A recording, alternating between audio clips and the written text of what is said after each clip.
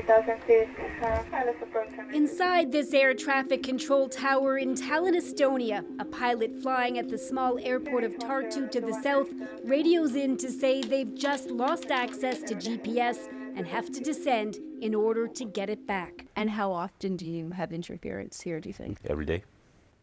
For what hours? Every hour, pretty much 24/7. Several airlines have reported an increase in jamming, and Estonia and other European countries point the finger at Russia.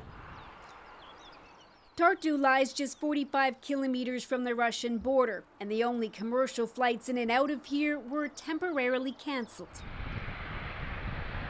At the end of April, 2 Finnair flights were on their way here to Tartu from Helsinki when their GPS systems experienced interference. The pilots tried to fly at a lower altitude, but that didn't work, so both flights ended up turning around and going back to Finland. Because at the time, this small airport didn't have a backup navigation system in place. GPS systems are jammed when a device sends out a powerful signal to drown out or interfere with those being transmitted by satellites. These satellites underpin the entire global positioning system, which is used in everything from phones, cars, and planes to pinpoint location. Finnair only relaunched its flights to Tartu, a popular tourist destination, in March. They were cancelled in the wake of the Ukraine invasion. And now war is also keeping them from landing again. St. Petersburg, one source is here.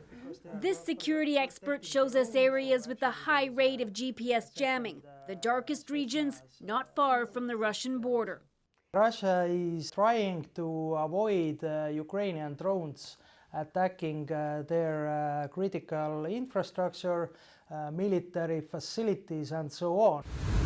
In recent months, Ukraine has stepped up attacks against Russia, which is why it's trying to jam satellite signals to prevent GPS-guided weapons from reaching their target.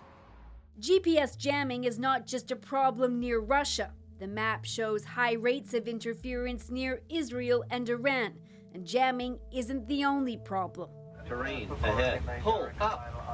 Terrain ahead, pull up. This is a video of what's called GPS spoofing, when a navigation system is tricked by fake GPS signals.